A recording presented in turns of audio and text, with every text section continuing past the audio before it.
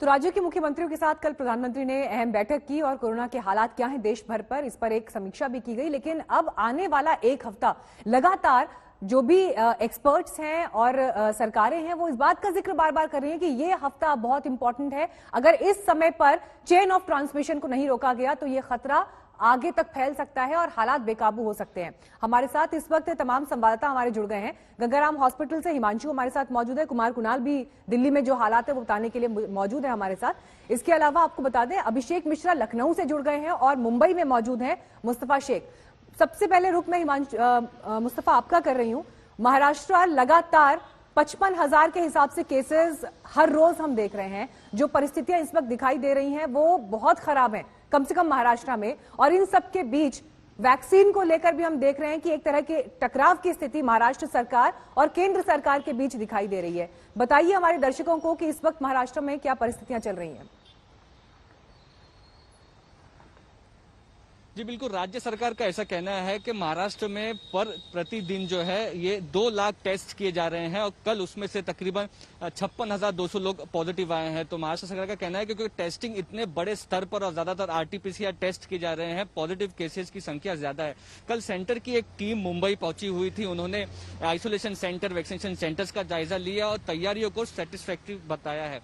साथ ही साथ अगर वैक्सीनेशन की बात करें तो बिल्कुल कल भी ऐसा हुआ था कि मुंबई में भी कई वैक्सीनेशन सेंटर्स में वैक्सीन खत्म हो गई थी। महाराष्ट्र में सातारा, न्यू पनवेल ऐसे इलाकों में वैक्सीनेशन बंद कर दी गई है, ऐसी जानकारी मिल रही है।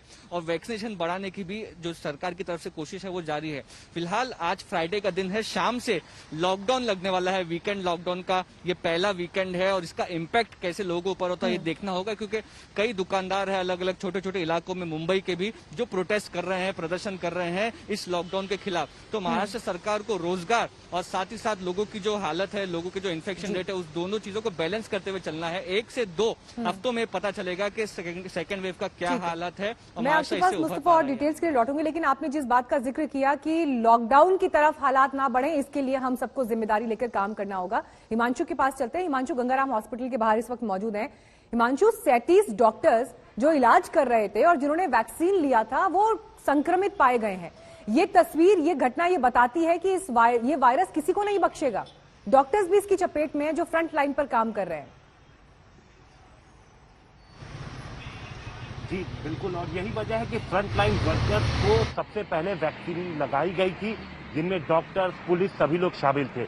और इस तरीके की कुछ चीजें सामने निकल के आई थी कि जिन लोगों ने वैक्सीन ले लिया है उनको भी इन्फेक्शन हो रहा है। और यही वजह है कि जो 37 डॉक्टर, जब इन्हें इन्फेक्शन हुआ, जब पॉजिटिव पाए गए, तो इन सभी को निगरानी में रखा गया है। इनमें से 32 लोग तो होम क्वारंटीन है, जहां पर लगातार जो डॉक्टर्स की टीम है उनकी निगरानी कर रही है, उनके स्वास्थ्य की जानकारी लगातार ली जा रही है। और ये देखा जा रहा है कि जो इम्पैक्ट है वायरस का वो किस हद तक है, क्योंकि वैक्सीन लग चुकी है तो कितना ज्यादा खतरनाक स्तर तक ये वायरस पहुंचता है, इस पे निगरानी रखी जा रही है। और ये बहुत महत्वपूर्ण होगा ये देखना कि कितना इम्पैक्ट ये करता है, क्योंकि इससे जो एक लोगों के मन में शंका थी वो भी खत्म होगी। क्योंकि इस तरीके की कुछ बातें निकल के सामने आई थी पहले भी कि वैक्सीन लेने के बावजूद भी ये वायरस जो है वो नहीं छोड़ता है, नहीं बचता है और कई बार लोग इससे संक्रमित हो जाते हैं, लेकिन वो संक्रमण उतना घातक या उतना खतरनाक नहीं होता है। तो यहाँ पर जो अब निगरानी टीम है वो ये देख रही है कि किस स्तर तक इन डॉक्टरों में ये संक्रमण बढ़ता है। ठीक है हिमांशु, मैं लौटूंगी आपके पास। कुणाल भी हमारे साथ हैं, अभिषेक भी जुड़े हुए हैं, लेकिन इससे पहले आपको सुनवाते हैं कि 5 राज्यों के स्वास्थ्य मंत्रियों ने अपने अपने राज्य में जो स्थितियां हैं उस पर क्या जानकारी दी है। हमारे जो केंद्रीय चिकित्सा मंत्री है, मैंने उनको कहा आप वैक्सीन भेजो, हम 7 लाख वैक्सीन हर रोज लगाने को तैयार है। और मैंने ये भी मांग की कि आपने 45 साल के ऊपर लोगों के वैक्सीन लगाने की बात क्यों की। कोरोना जो हो रहा है, अब ये दूसरी लहर आ रही, इसमें जवान बच्चे ज्यादा कोरोना पॉजिटिव हो रहे हैं। तो ये उम्र जो 45 साल रखी है आपने, इसको फ्री कर दो, जो लगाना चाहे टीका लगाओ।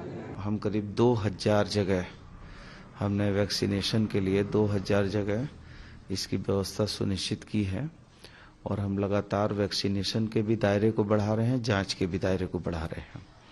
और संभवतः आज या कल तक वैक्सीन आने की संभावना है और जैसे ही आ जाता है उसको और त्वरित गति में उसको के लाभ से लाभान्वित आमजनों को किया जाएगा, जो ICMR के गाइडलाइन है। मृत्यु का एक बड़ा कारण दिख रहा है देरी से अस्पताल आना।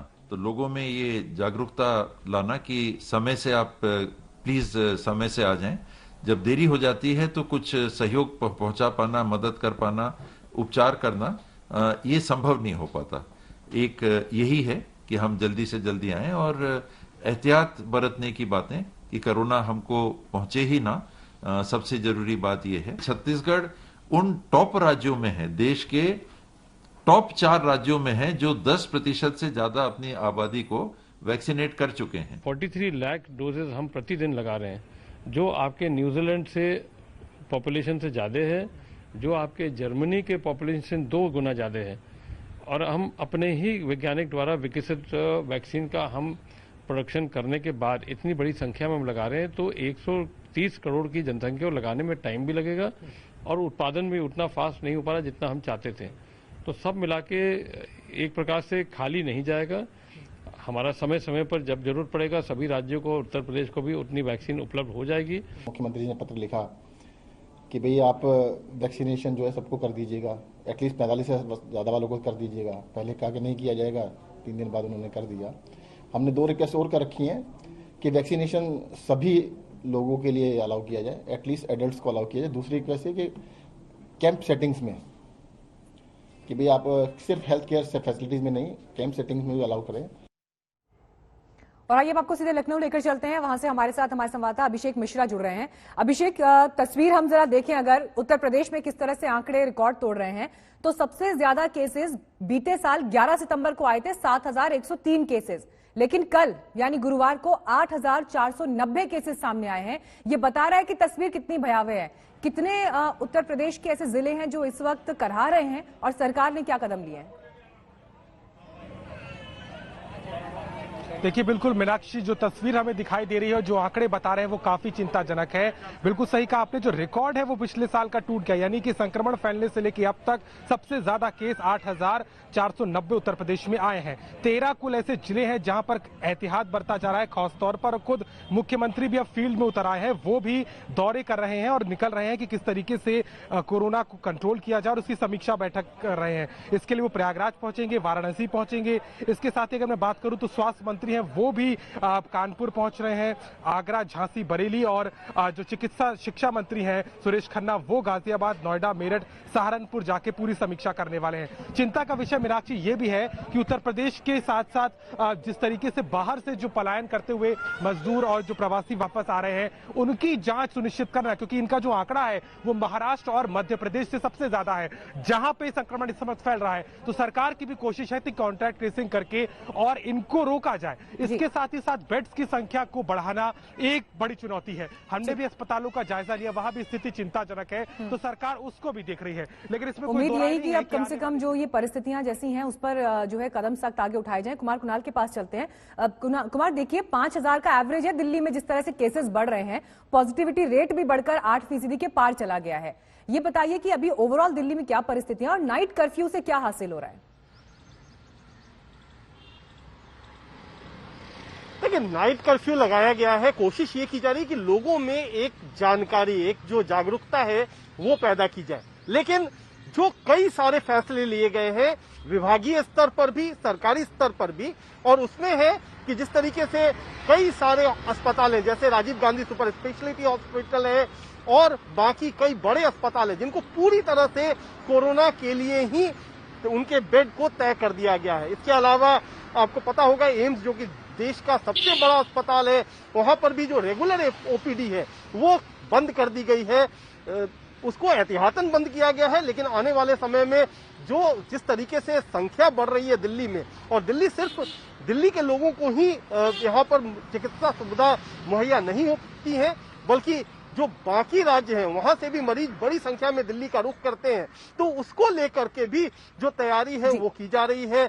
जहां तक जांच की बात है, जो आपने बात भी कही, 8% संक्रमण की दर हो गई है, वो चिंता की बात है, क्योंकि 5% से जब ऊपर होता है संक्रमण का दर तो उसके कम्युनिटी स्प्रेड की संभावना ज्यादा बढ़ जाती है।